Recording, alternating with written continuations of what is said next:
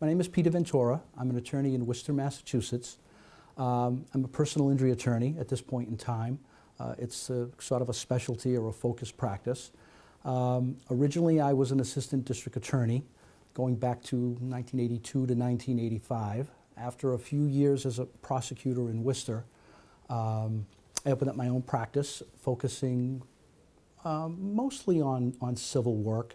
But after maybe 5 or 6 years, I kind of focused and specialized in personal injury, which I've been really almost exclusively doing for the last 20 years or so.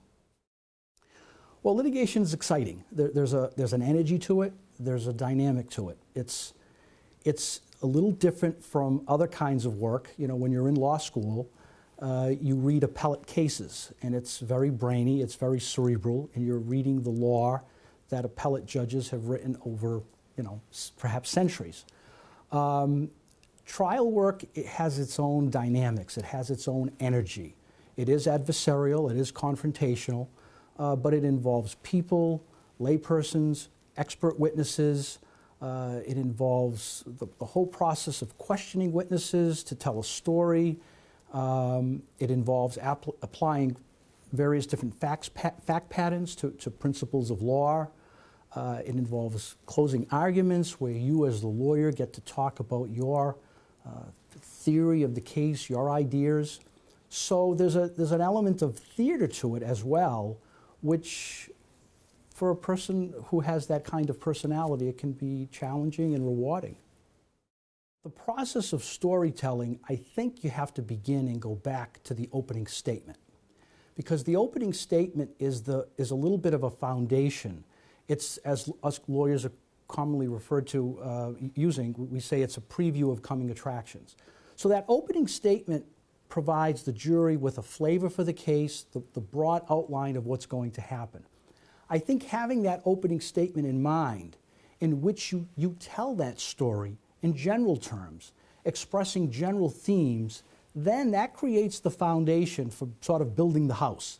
So that when you start building the house, you're using a variety of fact witnesses and even potentially expert witnesses to tell the story. Storytelling is the human aspect of the trial. You have to weave evidence and principles of law, but you have to weave it into a story. When you start the process of becoming a young lawyer, you tend to perhaps look at things in a more cookie-cutter way, and thinking things are about evidence and principles of law, and applying evidence to principles of law, arguing for the rational conclusions. But I think when you get into the real trial work, when you get into the trenches, when you really get into it, and you understand that your audience is a group of people who are reacting just as they would a television show or a film. So the trial lawyer, like the director, has to be the master of all of it, just as the director has to be concerned with what every actor is saying, where they're positioned, the lighting, the props. The trial lawyer has to have that big overall view as to how all the small pieces fit into the big picture. So you need to have that eye, the eye that sees the whole picture, but then you have to be able to work with the nuances as the case is progressing. So it really is sort of multifaceted in terms of the eye that the trial lawyer has to have. You know, there was one case that I tried. It involved a significant orthopedic injury and some skin injuries to a person who was in a motor vehicle accident. And it really involved a woman that really suffered very, very serious injuries to her quality of life. This was an active person, 62 years old, and then ultimately she was using a cane, a walker, had all kinds of problems with her extremities, etc. And in that particular case, one of the things that I said to the jury was, you know, in the context of talking about the jury awarding pain and suffering, and I said something to the effect, look, what would you think if we, instead of having you 12 jurors here, we took these chairs out, and instead of these chairs, we rolled in a big IBM computer, and we typed into the IBM computer a program, and we gave them all the data, everything that the witnesses were saying, everything that the medical records say. And we said to you, IBM computer, you figure out this case. What's What are the fair damages here? And what I said to the jury is, there's a reason we don't have computers decide these cases. And I said to them, that's because computers don't know happiness, they don't know joy, they don't know pain, they don't know sorrow. Computers don't bleed, people do. I mean, I'm summarizing a little bit, but I thought it was an important point to make, that there's something special about juries. We want people who have life's experiences, who know happiness and sorrow and pain and joy and all of those human things. We want them to decide these cases. So that's why I think storytelling is so important, because storytelling allows you to connect to human beings, because that's who's deciding cases. It's not an IBM computer. And I think if you're reasonable with your arguments, and you're reasonable with your storytelling, and your storytelling is rooted in facts and evidence, I think juries will respect the storytelling.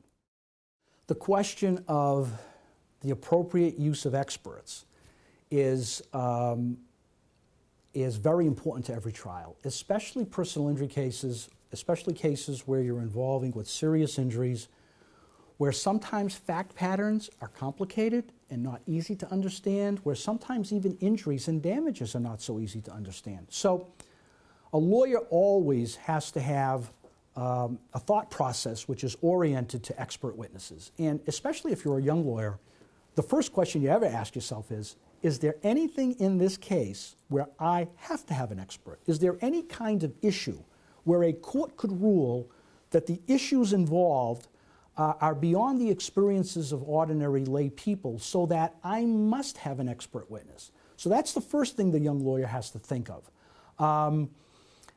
The second thing after you do that is, well, even if it might be a fact pattern where I don't have to have an expert technically, should I hire an expert witness? Could certain kinds of testimony be of assistance in presenting the case to the jury? So it's always, do I need an expert, number one, and number two, if I don't, could one be used in an advantageous way? So I think that's the double-barrel approach to looking at the issue of experts. The expert obviously has to have qualifications and experiences in a certain field. But I think what they need to do is to bring their expertise to bear on the case facts, especially when you have defendants who are doing something or engaged in an activity that regular people on juries might not be familiar with. They need to be educated as to what kind of business or what kind of activity the defendant is involved in. The downside of an expert is it's always going to appear that the lawyer has his thumb or his fingerprint on the expert's work. And people on the jury might say, well, the lawyer's hiring this person, they're being paid $400 an hour, and there are the risks that the expert witness might not be believed because they're going to feel there's a bias, they're just trying to serve the lawyer that's paying them. That's just a real downside. But in all cases, you have to weigh. You have to weigh what the advantages are to hiring an expert, and you have to weigh what the negatives are in hiring an expert as well. The key also is hiring really, really talented experts. This is important because for a long time, lots of lawyers would hire these kind of jack-of-all-trade experts, people who claim that they're expert in so many different fields. They can really get demolished in a courtroom. But if you hire really good experts who really know a product or really know a process, great experts can be very, very powerful, but by the same token, experts who aren't well prepared, don't have good credentials, they can really damage a case. So lawyers have to be very judicious about how to use experts. Cross-examination of the other side's expert witness is something that a lawyer really has to really be alert to, because expert witnesses, they're potentially powerful witnesses. They give opinions, which normally lay witnesses can't give. And they can try to say things that are very powerful, like, well, this is the cause of the accident, or this is why something happened. So a lawyer has to approach this with a lot of concern. What you'll probably hear from almost any good lawyer is that preparation is the key. And I agree to all that. You have to research the background of the expert. Is he truly an expert? In what fields is he an expert? You know, someone can be an expert in a certain broad field, engineering, but are they an expert in this certain product or condition? So you've got to really find out from their background, their experiences, are they really an expert in the precise issues in your case? Then you have to really investigate, do they really know all of the appropriate facts that they're supposed to? Do they really have a good grasp of the factual evidence in this case? But how do lawyers really go about doing this? Well, in Massachusetts, our rules of procedure require that experts be disclosed in interrogatory answers, whereby there's a certain summary of the opinions of the expert, the facts, the grounds for their opinion. And so you read that carefully, making sure you know what's coming at you. And then you also have an option of asking the court to allow for an expert's deposition, which is more personal, in the sense that you sit down with the expert and you really are allowed to probe the expert's opinions, his background, the facts he used, the methodology he used. So in this, these are all strategic decisions. Now, some lawyers are of the opinion that the only real way to prepare to cross-examine that expert at trial, at least in a civil case, is to take that expert's deposition. And some just say it's the best vehicle to just arming yourself for trial. I think there is a contrarian view, though, and I tend to be a little bit on the contrarian side. As long as I have an expert disclosure through these interrogatory answers, whereby I know what are his opinions, what facts is he basing it on, what are the grounds for his opinion, so that I'm not ambushed at trial. I sometimes feel that by taking a good, aggressive deposition of the expert, you signal what the case weaknesses are, you let the expert know where he's vulnerable, so that by the time it comes to trial, he can fill in the gaps and prepare for those. How does this all evolve? Well, obviously, the opposing side's expert has been called because they're going to say something that's damaging. Okay, so we know that. And obviously, the lawyer has to have almost this ability to multitask, to say, okay, this expert's going to hurt me on a variety of ways, and I got to cross-examine him on that. But you don't want to have blinders on. You don't want to have blinders on into thinking that, well, he can't help me in other ways. The fact of the matter is there are some circumstances and fact patterns where you can gain from an expert witness certain critical admissions that help your case. And a way to look at it is, before you start beating up this expert and punching him a little bit, maybe you should start in a softer way, in a friendlier way, seeing if you can get the expert to agree to certain things. So maybe, for example, you have an expert on medical causation. Maybe, you know, is a herniated disc, was it causally related to a certain traumatic event, or is it from a degenerative process? Well, all right, maybe that's going to be an issue you're going to have a little battle about. But before you get to that, maybe you can talk to this expert about the fact that herniated discs are serious injuries. They can be very debilitating. They can involve tremendous pain. They can ruin someone's personal life. They can affect their ability to work. So that expert may be oriented to talking about the causation, degenerative versus traumatic, but yet you may be able to talk to him and get important admissions about how severe the injury is. And that actually helps bolster your case on damages. It's that way of thinking which is really good lawyering. And it's, again, something that maybe the young lawyer in law school doesn't think about, because you think of cross-examination as a search and destroy mission. He's the expert, I have to destroy him. Well, the skillful lawyer keeps an eye open as to whether or not there might be certain issues that you can get this expert to concede or to agree to that actually helps your case. It's just smart lawyering. And you have to read the expert's disclosure, and you have to see whether your case allows for that. And if it does, you use it. It can be a very powerful part of advocacy.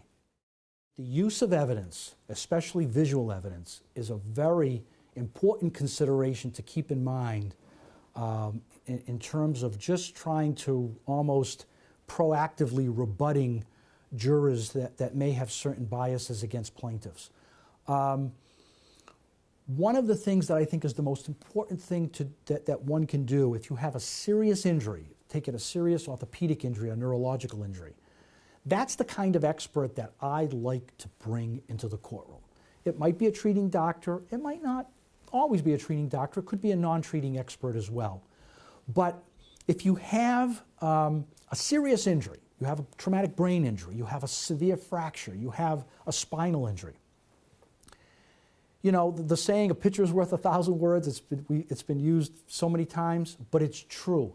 Taking x-rays, blowing them up in front of the jury, hiring companies. There are now companies throughout the country. They specialize in medical illustrations, and they can take a certain injuries and they can sort of color enhance them to make otherwise difficult diagnostics, make them more easy to understand, MRIs and CAT scans and things. And so these illustrations, often of injuries, can be very powerful, especially used in conjunction with a medical expert who can visually show the jury the injuries. And I've done it tons of times using an orthopedist where I've taken, let's say, a serious leg fracture, a fractured ankle, for example, that's been broken into multiple pieces, where doctors have had to drill holes and put screws and plates to rebuild the joint, for example. This can be very, very powerful evidence. So as opposed to just reading a medical record which talks about certain technical fractures, the jury seeing the fractures enlarged or color enhanced so they can see this is where the drill holes were made. These are the screws that were put in. This is why they use the screws. This is why they use the plates. This really, this visual evidence helps juries. It goes to their core. It's not just someone told me so, it's I saw it. I saw the screws. I saw the plates in the ankle. Now I can understand it when the plaintiff says, well, you know, my ankle swells, or I got chronic pain in my ankle, or I have to rest, or how I can't stand too much, or how it affects me in doing my job. So the visual evidence, medically speaking, which was the example I had given you, that can be powerful evidence which can go a long way in refocusing jurors so they're really oriented to the task at hand, this case, and not so much be affected by the societal, cultural prejudices that maybe they even had before they came into the courtroom for that particular case. So visual evidence, powerful, powerful. Used appropriately, I would recommend it to any lawyer. The fact pattern involved a woman who was around 50 years old, close to 50, and she was an employee of a supermarket. And she was a cashier and did some administrative work. And there was a particular point in time where the supermarket was closed, and there were cleaning personnel inside the supermarket. And she was arriving at work, you know, going into the store before the store would open to, you know, get her cash register and get her work ready for store opening. Well, what happened in this particular case was her employer, the supermarket, had hired a cleaning company to clean the floors, wax the floors, etc. And they had hired a subcontractor to do that work. Well, in any event, my client had come into the store one particular day, and as she was walking from one part of the store to the other, there was a cleaning person that had said something to the effect, oh, we're cleaning the floors. This area is a little wet, but walk this way. Kind of pointed a path where the cleaning person wanted the plaintiff to walk. And she did just that. She followed his instructions, but she fell. And it was revealed that on her clothing was a variety of wax or floor stripper. So this was a so-called third-party case. She was injured at work, received workers' compensation benefits, but a legal claim was made against the the cleaning companies who were responsible for this work.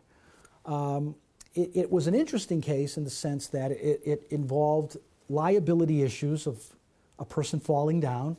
And as you know, young lawyers will learn when they start doing these types of cases, in almost any fall-down case, you know, there's going to be a defendant or an insurer that's going to blame the person who fell, arguing, well, it fell because you weren't looking where you were going, you weren't paying attention, etc. So you always have those, you know, we call them comparative negligence arguments, that the cause of the accident was the plaintiff's own inattention, that type of thing. So in that case, we had that issue. And we also had some medical issues in the case. This case involved a woman who, 8 or 9 months after the traumatic fall, was diagnosed with a herniated disc.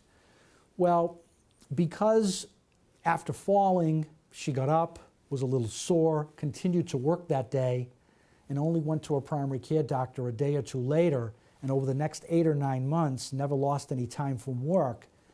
There was interesting causation issues because her accident happened, I think it was on like February 1st, and she wasn't diagnosed with a herniated disc until September of that following year. So it was a case in which the defendant hired an expert neurosurgeon out of state, and they said that, well, she may have had a herniated disc 8, 9 months after the accident, but it had nothing to do with the accident. It wasn't causally related.